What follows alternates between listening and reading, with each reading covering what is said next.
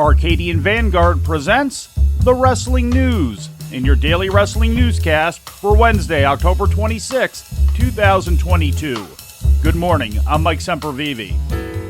We begin today with last night's episode of NXT on the USA Network, live from the WWE Performance Center in Orlando, Florida. The show featured the official TV debut of Dwayne "The Rock" Johnson's daughter, Simone Johnson, appearing under the ring persona of Ava Raine. The fourth-generation talent was introduced by Joe Gacy as the fourth member of the Schism faction, joining himself, Rip Fowler, and Jagger Reed. Raine addressed the crowd with her first live promo, declaring her allegiance to the group. The love and acceptance the Schism has given me defies any preconceived notions of who I'm supposed to be. This family completes me. Katana Chance and Kaden Carter successfully defended the NXT Women's Tag Team title on the show against Nikita Lyons and Zoe Stark when Chance pinned Lyons.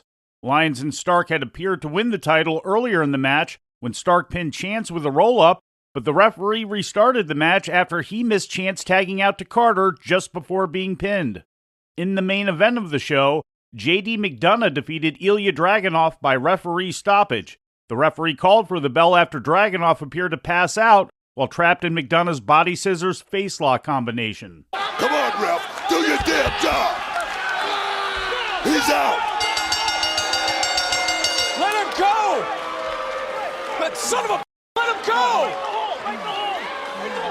Due to referee stoppage, the winner of the match is J.D. McDonough. The hell? Dragunov was taken out on a stretcher to end the show. McDonough and Dragunov had both taken part in a triple threat with NXT champion Braun Breaker last Saturday night at NXT Halloween Havoc. In another title match, Pretty Deadly retained the NXT Tag Team title against Edris Enofe and Malik Blade when Kit Wilson of Pretty Deadly pinned Blade.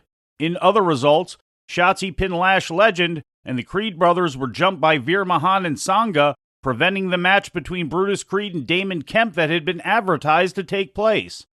Moving over to ratings news, Monday night's Raw on the USA Network suffered its lowest rating since October 3rd, finishing with an average of 1.64 million viewers, down 9% from last week. The show suffered from a larger-than-average drop, losing 17.5% of the total audience in the third hour. Finishing 19th overall for the night on cable, Raw averaged 1.77 million viewers in Hour 1, 1.70 million in Hour 2, and 1.46 million in the final hour. Raw also declined 9% in the 18 to 49-year-old demographic from last week, finishing with a .45 rating, or approximately 583,000 viewers, but still finished 6th for the night on cable behind ESPN's coverage of the NFL. The highest-rated quarter hour was the third, which featured a Johnny Gargano-Miz backstage angle and a promo in the ring with the two of them and R-Truth. The lowest-rated quarter hour was near the end of the show for the start of the Bayley match against Bianca Belair. In Canada, Raw was moved to OLN due to its regular home, Rogers Sportsnet 360, airing the Miami Heat-Toronto Raptors NBA game. As a result, the show was badly hurt in the ratings. Post Wrestling reported Raw averaged approximately 66,000 viewers on OLN. That's down 61.4% from what the show usually averages on Sportsnet 360. In the 25 to 54-year-old demographic, the show averaged 34,000 viewers, which was down 62.2%. Post Wrestling's John Pollock noted that the last two Raw episodes that moved to OLN due to the NHL playoffs on April 25th and May 2nd averaged 66,000 and 55,000 viewers respectively. In the States, Friday Night SmackDown moves from the Fox network to cable's FS1 due to Game 1 of the Major League Baseball World Series. With WWE live event news, here's the Wrestling News' Lou Kipilman. WWE will be going on tour in the UK and France next April, according to an official announcement yesterday. The 4-date tour will include live events at the Utilita Arena in Birmingham, England on April 26th, at the AO Arena in Manchester, England on April 27th, at SSE Arena in Belfast, Northern Ireland on April 28th, and Accor Arena in Paris on April 29th. Among the talent advertised for the tour are Seth Rollins, Bobby Lashley, Bianca Belair, Matt Riddle, Bayley, Kevin Owens, AJ Styles, and Finn Balor. The announced tour would be the first time WWE has come to the UK and France since April of this year. For the wrestling news, I'm Lou Kipilman.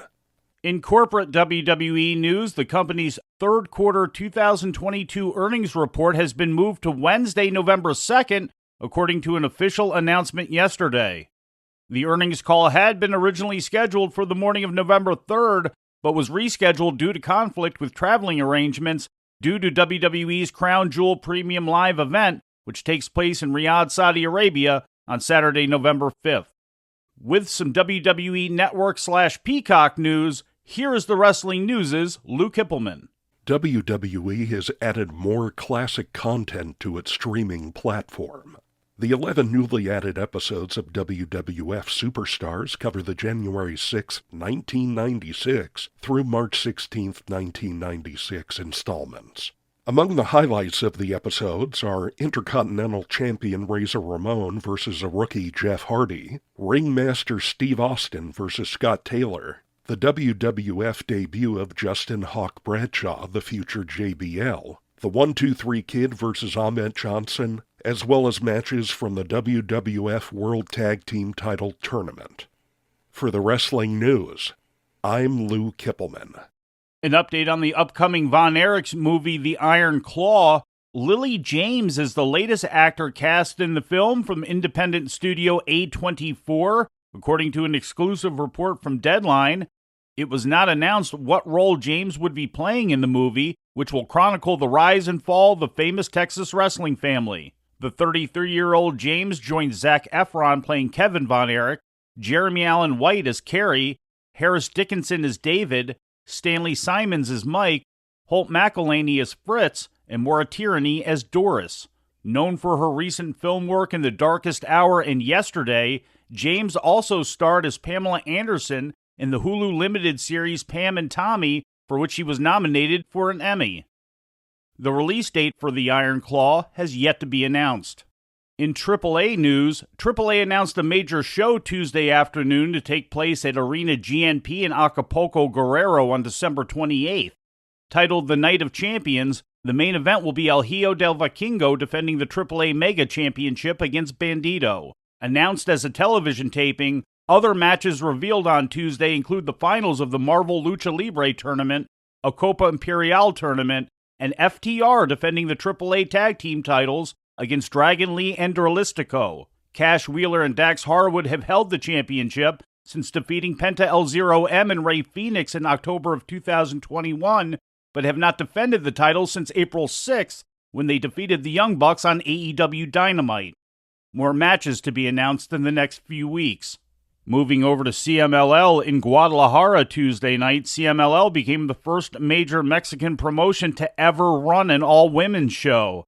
Amazonas del Mundo was held at Arena Coliseo Guadalajara, and the main event saw a preview of Friday's CMLL Cybernetico Grand Prix showcase at Arena Mexico. Team World, which featured Alex Gracia, Avispa Dorada, Hikari Shimizu, Ivelisse, Lady Frost, Mei Saruga, Stephanie Vaquer, and Te Honma, defeated Team Mexico, which consisted of Dalis, La Jarochita, La Magnifica, Luvela, Marcela, Metallica, Princessa Sugit, and Reina Isis, when Saruga defeated Sugit.